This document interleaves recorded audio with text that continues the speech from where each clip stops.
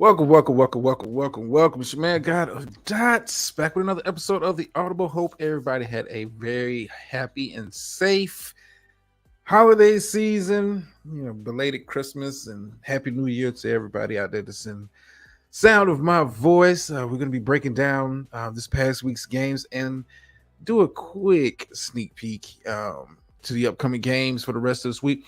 A little bit of housekeeping as always. We'll be back Thursday. Looking forward doing a preview for the final week of the NFL season. We'll be back over here Friday, Freestyle Friday show. I'm trying to do something a little bit different with that show, but we will be here on Friday for that show. Probably same bad time, same bad channel. And that's about all the housekeeping I have for this week. But I don't want to waste any more of your time. Let me go ahead and get into the latest and greatest from the world of the NFL. Let's go.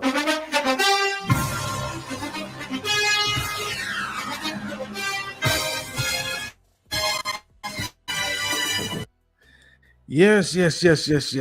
Week 17 of the NFL season just wrapped up. And we got some things to talk about. Week 18 is coming up, and it's a lot of stuff in play, a lot of playoff matchups possibly be decided this Sunday. We'll talk about that more on Thursday, but I kind of want to get into a breakdown of this past week's games. I'm going to start out with last Thursday's game with the Cleveland Browns taking care of business against a game Jets team. Cleveland, they're looking good. If I had to rate it on a tier scale, Cleveland is looking like the second best team in the AFC. The offense is, for whatever reason, I don't know if it's they're rallying around Joe Flacco. Joe Flacco's is playing free. I don't know. Is this a perfect marriage of a play calling? And we'll talk about that a little bit later in the show. Perfect marriage of the play calling, and just the talent that they have in Cleveland. It's going to be a scary. I think Cleveland, out of all the teams that I've seen over the course of this season, as far as the AFC is concerned, have the best shot. Whether it be, and it'll be on the road. If they get a chance to match up against Baltimore, it'll be on the road. Cleveland looks like the only team, and this is my personal opinion. This is based off how teams have looked in their individual matchups with the Baltimore Ravens, how teams are looking coming down the stretch. Some teams are kind of limping towards the finish line, and some of them may not cross it, but we're going to talk about that a little bit later in the show. But Cleveland is looking like the second best team in the AFC. Clearly, Baltimore is the best team right now in the AFC. Clinched number one seed, have home field. I'm not sure if I'm not sure if they're going to be having the starters coming out there for this final week game. Is really nothing to really play for. You have a bye coming up. Because you are the number one seed, it's no positioning to be jockeyed for. And you don't want to run the risk of key starters getting hurt. So this may be one of those games. Baltimore just kind of sends out the backups, just do enough. Hey, we're just going to play four quarters of football. And let's get out of here as injury-free as possible. I don't think it's a rhythm thing. I don't think you really need to see the first-team offense or the first-team defense, for that matter, out there on the field in Baltimore's last game. And we'll talk about that on Thursday when we talk about some of these matchups. But Cleveland right now, in my opinion, is looking like the second best team in the AFC. The way they're coming on strong down the stretch, the defense is still playing at a phenomenal level, and the offense, I think, that's probably been the most surprising thing about this offense since Joe Flacco has kind of taken over. It was a struggle throughout the early part of the year for Cleveland to actually put up points and stay in a lot of games. The defense kind of held them in there, held them up. Deshaun Watson struggled this year. Nick Chubb was gone the first game of the season. And, a lot of people, including myself, thought, hey, with those injuries, with struggles they was having at the quarterback position, Cleveland may not be able to make a run at the postseason. And here we are, Cleveland, already into the playoffs, is looking like the second best team in the conference, not let alone the division. They have done a phenomenal job. You got to give Stefanski a round of applause for bringing in Flacco, understanding to get the most out of him, and Flacco doing what he's doing at the quarterback position. It looks like vintage Flacco. I mean, this is looking like His run with Baltimore, this is how easy the game is looking for him, and you have to attribute some of that to the play caller. They make a lot of stuff easy for him. A lot of his guys are open. He's not having to throw in too many tight windows on a consistent basis. And I'm gonna say this. I'm gonna say this. I wouldn't be mad. I wouldn't be mad. I could put up an argument, but I wouldn't put up too much of an argument in regards to Cleveland. If you had Cleveland is possibly being the most dangerous team in the AFC. I mean, I don't think it's that close, and that's just my personal opinion. I think Baltimore is head and shoulders. Baltimore is a 10. Cleveland's got to be like a 9.5 from you. I mean, they're playing that well. And at this point of the season, when we're coming down the stretch, we're talking about playoffs, positioning, and that kind of stuff. But it's a lot about rhythm. Cleveland is looking like, outside of Baltimore, the most consistent team in the AFC. But kudos to them for pulling off the big win last Thursday's game. The Jets just trying to get up out of here. And we'll talk about those teams closer to we get when we get into the draft season, what team needs, what teams are slotted at as far as the draft position and free agency and all. But that's way down the road. Jets, I would say this, Jets, you can be proud of the performances that you put out there. I'm just talking about the defensive side. Offense, it has been putrid all year. I'm not sure if Robert Saleh is going to be able to hold his job to next season. I know Aaron Rodgers technically is on IR and been activated, but he's still getting a year older. And as you get older, and some of my listeners know, as you get older, you don't get healthier. You don't the ability to take punishment decreases as you get older. But the Jets defense, I have nothing to be ashamed of. They played their heart out this year, and we'll see what kind of changes the Jets make in the off season. Moving on with the rest of the week's schedule. Congratulations to the Cowboys for taking care of business at home against a very game Detroit Lions team. It was Cowboys are my team. That's my team. But Detroit has held a special place in my heart over the last two seasons. I had them picked as my dark horse last year, dark horse this year. Detroit. I'm gonna be honest with you. I'm gonna be honest. Even though I am a fan, I am an analyst up here on this show. Um,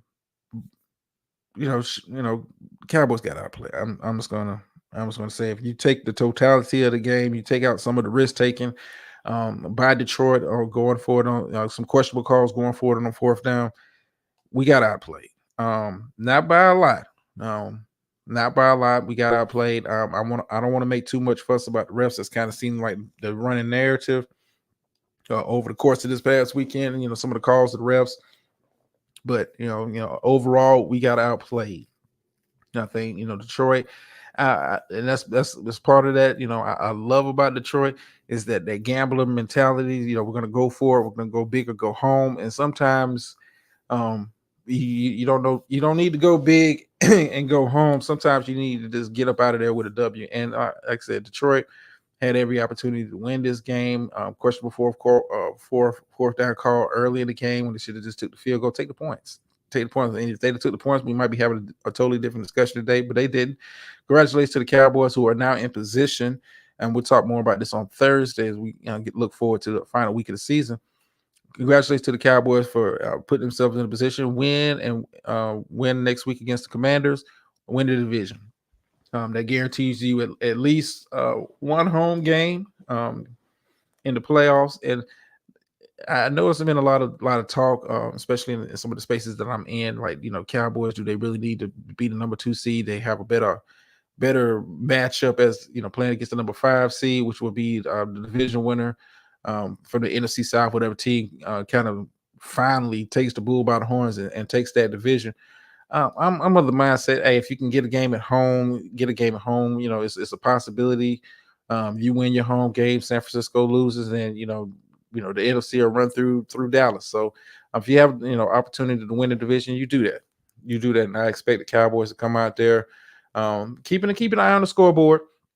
Keep an eye on the scoreboard for sure, but take care of business and do that. But we'll talk about that more on Thursday. But yeah, in this game here, I'm gonna be honest with you. I think Detroit outplayed us. Detroit, take out some of the questionable decision making, as far as the head coach going forward on the fourth down a couple times. And we're having a totally different discussion here today. We're having a totally different discussion here today. As we move forward with the rest of last week's games, some of these games I'm not going to spend too much time on. Texans take care of business against the Titans. Texans still with an outside chance to make the playoffs, and we'll talk about playoffs more intently on Thursday, because some of these scenarios and this team getting in and such and such have to happen. I don't want to spend too much time focusing on that, but um, I like what the Texans are doing. I like the direction they're doing. We saw the return to CJ Stroud. Defense locked up against a Titans team that Levis got hurt. Tannehill came in, and Tennessee is just kind of playing out the string. Anybody that had the Texans with an opportunity, if things kind of break their way this upcoming weekend, anybody that had the Texans making the playoffs is either a diehard fan or a savant of another level.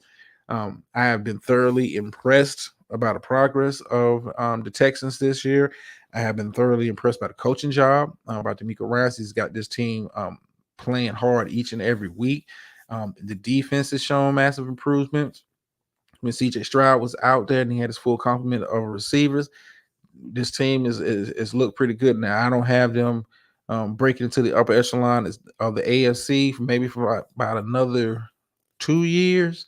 But I think the Texans are well ahead of schedule with a chance to possibly make the playoffs. You win and a couple things break your way, Texans get into the playoffs, and it's not going to be an easy dub for anybody that's playing the Texans. This is a team that plays hard. For the most part, plays a lot of mistake-free football, and the team can kind of get after you on the offensive side and the defensive side. But we'll see. We'll see what that looks like come week 18. But congratulations for them for putting yourself in a position at the last week of the season to possibly make the playoffs. Speaking of a team that kind of shot themselves in the foot, we're talking about the Atlanta Falcons getting blew out. I'm just gonna call it what it is. It was a blowout up there in Chicago. Chicago, although they were officially eliminated from the playoffs, way to kind of finish strong. Justin Fields, y'all know this kind of like been my pet project, pet talking point throughout the course of this season on these shows. I think Justin Fields has done enough, and this is just my own personal opinion. I think Justin Fields has done enough to maintain the job as starting quarterback for the Chicago Bears. You've seen what he looks like when they kind of take the reins off of him and they're not forcing him to when you cater the offense to the talent that you have, you see what that looks like for the Chicago Bears. I think with the number one pick, you keep Justin Fields, bring in a Marvin Harrison Jr. and you might have something there in Chicago. Chicago is playing in a declining, for the most part, a declining NFC, and we might be having the same discussion next year, and this team might be already clinched the playoff position. I think Chicago, when they let Justin Fields kind of get out and make plays, and you hear me talk about this a lot when we talk about play calling with these running type quarterbacks. Have a you run the ball, you run play action, you run the RPO, and it allows guys like him with his skill set to flourish. And you've seen that in the games where Chicago has looked good. They've kind of taken the reins off Justin Fields. I think he's done enough to remain the starting quarterback next year, but we'll see. We'll see. I know with the number one pick, it's a lot of attention being drawn to it. I don't know if Chicago's going to keep it and Chicago's going to trade it. I mean, if you keep it, the consensus thought will be you're taking a quarterback. I don't know. And we'll talk about that more as we get close to the offseason. But the bad loss by the Atlanta Falcons. Atlanta Falcons have kind of played themselves into a box, and it's, to me is their fault. It's their fault. Because even with a win, this upcoming Sunday, and it's not a guarantee because the team you're playing against, the New Orleans Saints, also needs a win to get in and some help. So it's not a given that the Falcons are going to get a gimme game this upcoming weekend. But even with the win, they still need help. They to get into the playoffs, and it's only one route for the Atlanta Falcons. It's only one route. for them is they got to win and the Buccaneers got to lose. But I think this was a bad loss. What's going on? Who's the best team in the NFL? Baltimore. Hands down, Baltimore. Based off how they played throughout the season and how they played against good teams, and they've not only played well against good teams, they've made good teams look real bad. Um, they made real good teams look bad in their performance, and we'll talk about their performance against Miami. Yeah, come on, I'm gonna show love to the home team. Come on now, I gotta. Okay, I put something in honor of who I think is going to be the MVP, Lamar Jackson. Um, and let's just jump ahead into that performance. But yeah, to kind of conclude, the Falcons bad loss by the Falcons. You kind of played yourself into position, and I think Arthur Smith is going to look back at this season and thinking, like, man, if I had gotten away from Desmond Ritter early, a lot of those games that they lost, a lot of those close games that they lost, a lot of those bad turnovers, game-killing turnovers, we might be having a different discussion about the Atlanta Falcons. I like the direction that the team is going. I don't think they make the postseason, but I mean, crazy things have happened on the final week of the season, but Atlanta has a very bright future. Get a quarterback. Get a quarterback, and we're having a totally different discussion about the Atlanta Falcons next year.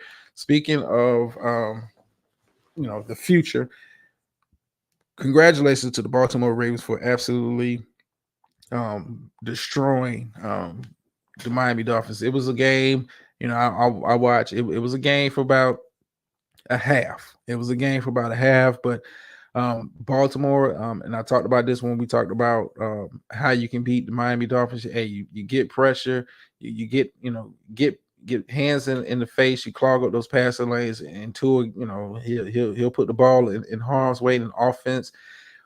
As talented as Miami is, this is not a team, in my opinion. This is just my opinion.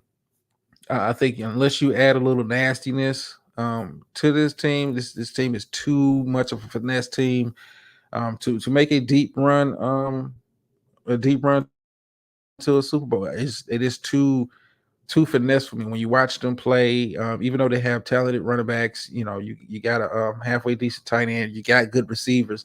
Um, Offensive line is not bad. Often you got a pretty good offensive line. They just don't play with that edge.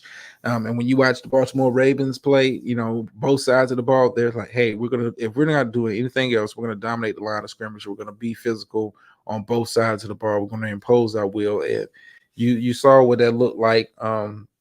Sunday for the Dolphins. Like I said, it was a game for about a half. Um, but it was a game for about a half. But you knew eventually Miami was going to break. Miami was going to break, and Miami has a big game coming up this weekend against the Buffalo Bills. Like I said, we'll talk about that Thursday show. Make sure you tune in for that. As always, like, share, subscribe. But Baltimore has, not only clinched the AFC number one seed, in my opinion, like I said, best team in the NFL. If you look at the totality of the wins they have, their record, I don't think you can question it. Anybody that you would think can challenge them for that position, they stomped them out. They stomped them out. Here it is, Miami has something to play for. Have not locked up the division. Are in the playoffs, but have not locked up the division. And go out there, big time matchup. Prime time matchup. Everybody's watching. Everybody want to see what you do against the vaunted Ravens, and you get smashed in the second half. To lose a game 56-19. This point of the season, you typically don't see teams getting blew out like this at this point of the season, especially when we're talking about teams that are headed towards the playoffs. You just don't see these kind of losses happening, and a very bad loss for Miami. Like I said, they have a big game coming up against the Buffalo Bills. Miami is in, but um, still have not, you haven't locked up the division. I expect Baltimore in their last game of the season to be resting a lot of starters. So, it may be a loss for them on this upcoming Sunday, but hey, they've proven the point in Baltimore. This looks like they're on one of those roles. I think Lamar Jackson needs to go ahead and be crowned. And I'm a Cowboys fan. I will always be a Cowboys fan, but Lamar Jackson, based on the team success and the way that he's played, I'm not going to look at stats too much, because that doesn't really, MVP is a stat award, but it's also a team kind of award based on your team success. And I think Lamar Jackson has done enough, in my opinion, based on his performances, especially over the last month of the season so far, to go ahead and lock up the MVP race. So kudos to him when he does win it. I'd be surprised if he doesn't. And if he doesn't win MVP this season based off the season that he has had, and his team has had, something is wrong with the voting process. But moving forward, you had the Saints picking up a very, very, very big win against going down to Tampa Bay and picking up a win over the Buccaneers. I picked Saints in this one because I knew, eventually Baker Mayfield was going to have a Baker Mayfield game. He was going to be off. He was going to be missing some throws, and this offense wasn't going to be clicking like that. This whole division, and when I say this whole division, I'm talking about Falcons, Saints, and Bucks. I mean, it's been to my opinion, a season of kind of disappointment for all three of them. And the reason why I say disappointment because at times each team has looked like the best team in this division, but it's they have major flaws on all of them. The Saints, still have not, even with the win against Tampa Bay, still has not locked up a playoff spot. They need some stuff to kind of break their way. They have a big game coming up against the Atlanta Falcons, and we'll talk about that when we do the preview later this week. But a big win by the Saints. I thought Tampa Bay would come out with a little bit more focus. I did pick the Saints, but I kind of watched bits and pieces of this game. Tampa Bay just seemed off. They didn't seem locked in. They didn't seem focused enough. And then the defense played well enough for them to win, but just the offense can never get it going. And Baker Mayfield has his moments. He'll have his good games, and he'll have his off games. And this was what you saw this past Saturday. Was one of his off games. Speaking of a team having an off game, how Buffalo has looked since taking care of business against my boys. I don't know. Buffalo has not locked up a playoff spot. They need to win this upcoming week against the Miami Dolphins to get into the playoffs. And I'm not sure. I'm picking Buffalo over a Miami Dolphins team that just got exposed by the Ravens. I'm not sure Buffalo has looked. I don't know. I don't know what to call it with Buffalo. Buffalo has looked. Excuse me, y'all. Buffalo has looked kind of out of sync over the past couple of games, and you only win by 6 points against a Patriots team that did everything to lose the game. I'm talking about the turnovers, and I'm talking about bad turnovers by Zappy, and you still barely got out of there in a home game. This is a game, Patriots team, you're supposed to go out there and smash them, stake your claim. You still fighting for your playoff life. Buffalo is not in, even though I expect them to get in based on how things kind of break for them. A team lose. Let me look at the stuff here. If they win, they're in. But if they lose, if the Steelers lose, the Jaguars lose, or Texans and Colts tie, Buffalo gets in. But you shouldn't be in this position anyway. Buffalo is one of my tier 1 teams coming to the season. They look good in spots in this season. I'm not sure, they get in. I'm not sure they get in because those teams that they need to lose also need wins. To get in. But we'll see. We will see, and we'll talk about that more later on this week. But Buffalo is not inspiring a lot of confidence in me for this last game. This team is, you would think their season would have kind of picked back up and took off, after taking care of business against the Cowboys. They play that dominant kind of football that they showed in that game, but it just has not manifested. They won, but you kind of winning despite of, and I'm not sure Buffalo gets into the playoffs, which would be, in my opinion. How you doing, Dr. Nikki? If Buffalo doesn't get into the playoffs, you have to count this season as a disappointment. You have to count this season as a disappointment for Buffalo's, considering what the expectations were coming into this year. They were picked as one of these, preseason Super Bowl favorites to come out the AFC. But if they don't get into the playoffs, you got to look at Buffalo's season as a disappointment, and it's going to be some questions being asked of the head coach. What is the direction this team is going in? Speaking of a team going in the wrong direction, hold on. Let me go over here and switch this real quick. Hold on, y'all. Speaking of a team going in the wrong direction. What's going on with Philly, Philly, Philly? I thought they was going to take care of business considering the stakes that were in play. But the defense did what the defense has done for the most majority of the season, been leaking at all over the place. Struggle to stop the run, struggle to get a team off on third downs, get lit up in the passing games. If you watch this game, and I had to go back and watch it, Arizona outplayed Philadelphia flat out. It wasn't fluke plays, it wasn't none of that. Arizona outplayed Philadelphia. And Philadelphia, you're in the playoffs. You have an opportunity to still win a division. If the Cowboys lose and you win, you get a division. Get you a home game for the playoffs. But anybody that is looking at the Philadelphia Eagles as being a team that can make a serious run, and this is my opinion, for you Eagles fans out there, if you're looking at the Philadelphia Eagles as they have kind of limped badly, down the stretch, if you're looking at Philadelphia as a team that is going to make a deep postseason run, I don't know what to tell you.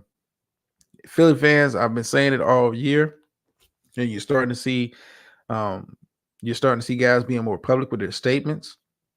I've been telling you guys all year. That some seems off. Some seems off. It's the play calling. It's the play calling. It's the play calling.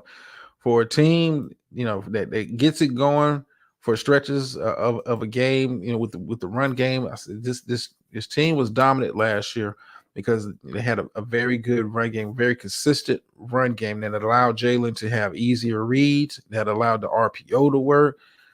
This team, this looks lost in space. For AJ Brown to be as a forgotten man in this offense is crazy to me. He was at one point, middle of the season, AJ Brown was on a tear. He was looking at possibly having a 1,800 to 2,000 yard season, and his production has fallen off the cliff. I don't know if he's not able to get open. I don't know if Jalen Hurts to me looks so uncomfortable week after week after week after week, and um, like I said, it's coming down to me for play calling.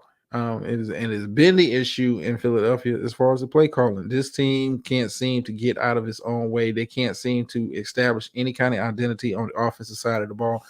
And defensively, I don't know what's going on. I expected the defense to take a step back, considering that they lost Gardner Johnson to free agency and some other key departures, Hargrove up the middle. I expected this team to look different defensively than they did last year, but I didn't expect this defense to be this bad. I mean, this is one of the worst defenses. And if you look at the stats bear it out. This is one of the worst defenses in the league. This team can't stop nobody. This team can't stop anybody. And if you watch the Arizona game, just another recent example of a team, another team coming in and being confident and like we can move the ball up and down the field on this team, and that's what they did. I mean, be honest with you, you take away that fluke, 98-yard pick six by Philadelphia, Cardinals would have won by double digits. I mean, they outplayed them that bad. But I'm not going to kick you Eagles fans too much. I'll do a lot of that later on this week. I just want to kind of keep it going through the schedule. I also have Jacksonville Jaguars shut out the Carolina Panthers. Nothing to report there other than the Panthers owner has been alleged. I'm just going to say alleged. It's footage out there to him possibly throwing a drink on the crowd. He probably get reprimanded, maybe get a fine, but he's still going to own the team. So it's for me, it's nothing to report there. It's not that big of a story. Speaking of stories, who had the Colts possibly being in a position to not only make the playoffs, but was still with an outside chance to win the division? I don't think I had the Colts. there. I had, they promise for him. Um, promise for him. I had promise for him, but Colts also have an opportunity to win, to win and get into the playoffs, and that'll be a hell of a story. I thought this team was going to be dead in the water without no Anthony Richardson. I didn't have any faith in Gardner Minshew. Still don't have any faith in Gardner Minshew, even if they made the playoffs for a long playoff push. But here we are, Colts taking care of business against a very game and very motivated Raiders team, um, who had nothing to play for as far as the postseason is concerned. But I think it was a good showing by the Raiders. It was a good showing by the Raiders, and it looks good for Antonio Pierce for his guys to still be playing hard, even though the season is over. They have nothing else to play for other than their pride. For this team to still go out there and compete and be competitive in a lot of these games coming down the stretch. So kudos to him, and I think it looks good on him as when he goes this offseason to formally interview for the position of head coach, take the interim off and become the head coach. I think, outside of Harbaugh, Michigan head coach, possibly, being looked at for the position. Outside of him, I think Pierce is top candidate to keep that job. But that's just my opinion. We'll talk about that, as we get to the off season and that kind of stuff. But the Colts, way to go, Colts. Way to go. I didn't think you'd be hanging in here this long into the season, but you guys have done a fantastic job. Defense is quietly played well the last 4 or 5 games coming down the stretch. Offense has done enough. It's not an exciting. I'm just gonna be honest. I watched a couple Colts games. They don't play an exciting brand of football, but they play winnable football. And Philadelphia, I know you missed. I know you missed Shane Steichen calling plays because he's dialing it up for Gardner Minshew, putting him into position. And Gardner Minshew looks comfortable despite his limitations as a quarterback. Philadelphia, sometimes you got to overpay for your coordinators. So it's a lesson you're learning the hard way this season. Speaking of learning it the hard way this season, Giants come up short against a Rams team that, I'm gonna be honest with you. I watched the Rams. We played the Rams to the Cowboys. We played the Rams earlier in the season when they wasn't all together. Rams have been quietly playing some very, very, very, very good, consistent football, especially over the last 10 game stretch. They're not going to be an easy out. You have championship experience with the head coach. You have championship experience at the quarterback position with Stafford. And Stafford is kind of locked in, playing at a very high level. For the Rams are not going to be an easy out for any team. In the NFC playoffs. I'm of the mindset of this. If I'm Cowboys, I need to win the division. I do not want to, I don't want to, put myself in a position where I got to play this Rams team. I think the Rams team right now will be locked in. They're not a team you want to be messing with. Rams, as far as like the NFC is concerned, has been one of the most consistent teams, especially over the last 10 games. I don't think a lot of people are giving them enough credit. I don't think a lot of people are really watching this. It's the Rams. They're not a sexy team. They don't play a sexy brand of football, but this team has been very good coming out of stretch. You heard it here first. The Rams will not be an easy out come playoff time. They will not be an easy out. Kudos for the Giants for making it a fight. Your season is over. I'm not sure what you do when we get close to the off season. We'll talk about that then.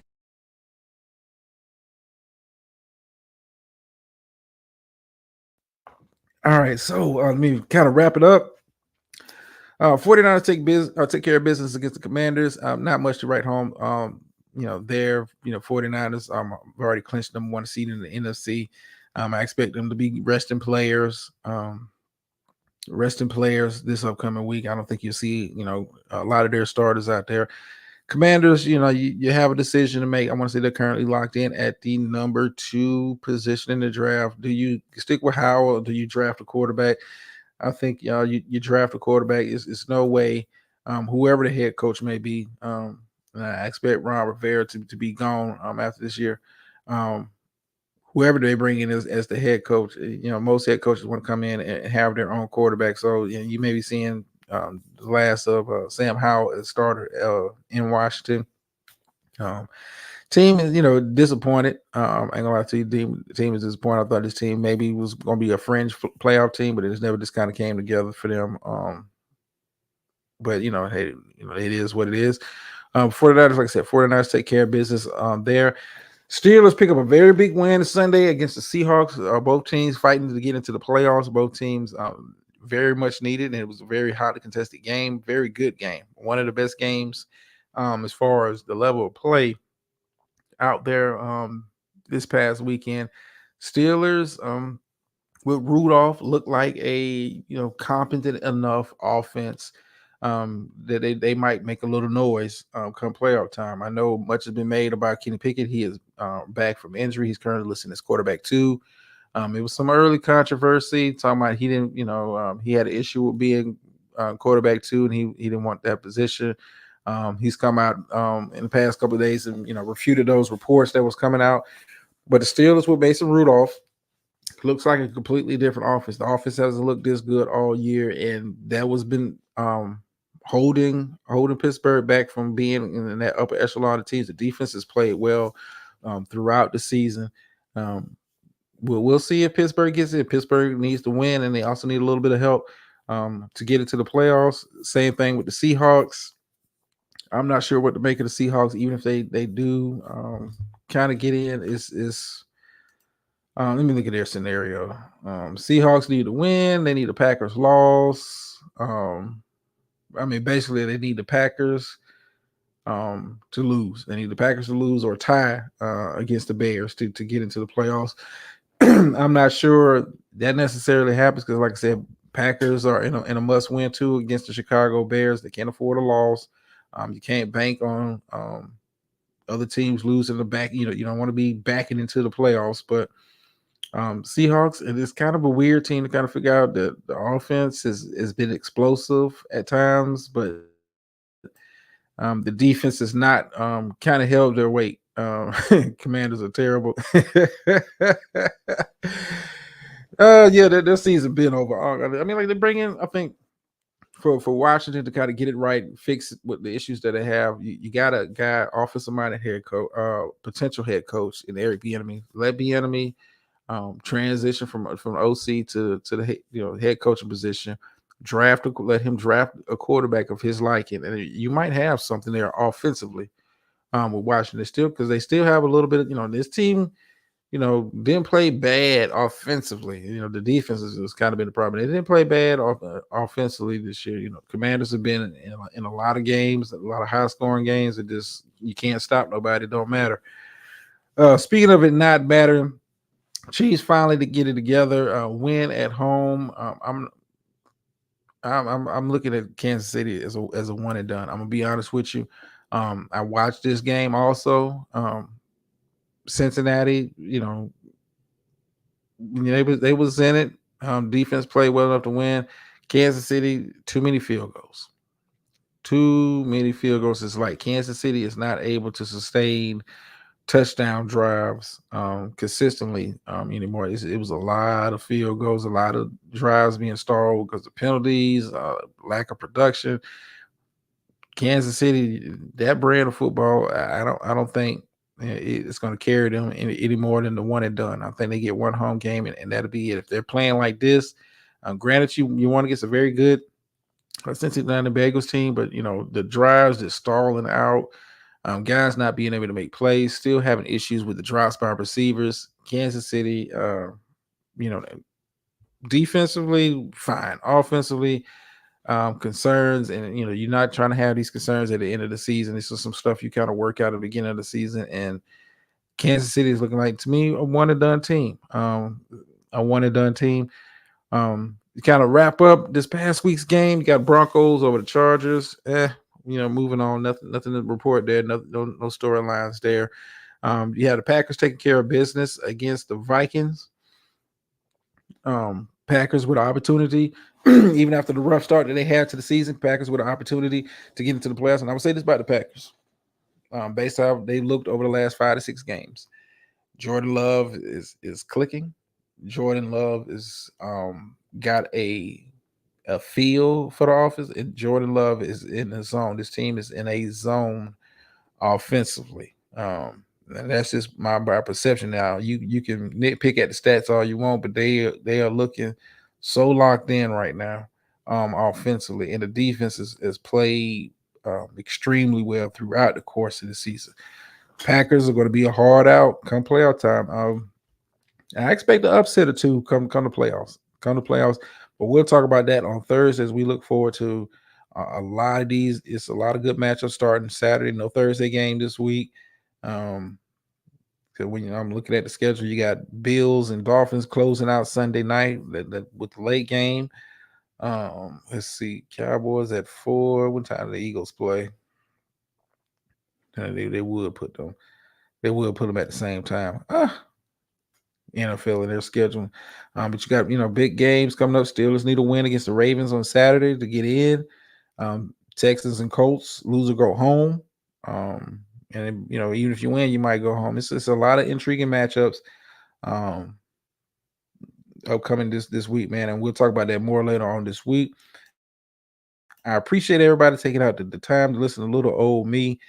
Do my thing over here. Like I said, I'm gonna be spending a little bit more time over here in this space. I'm also working with some good brothers for some stuff in another space.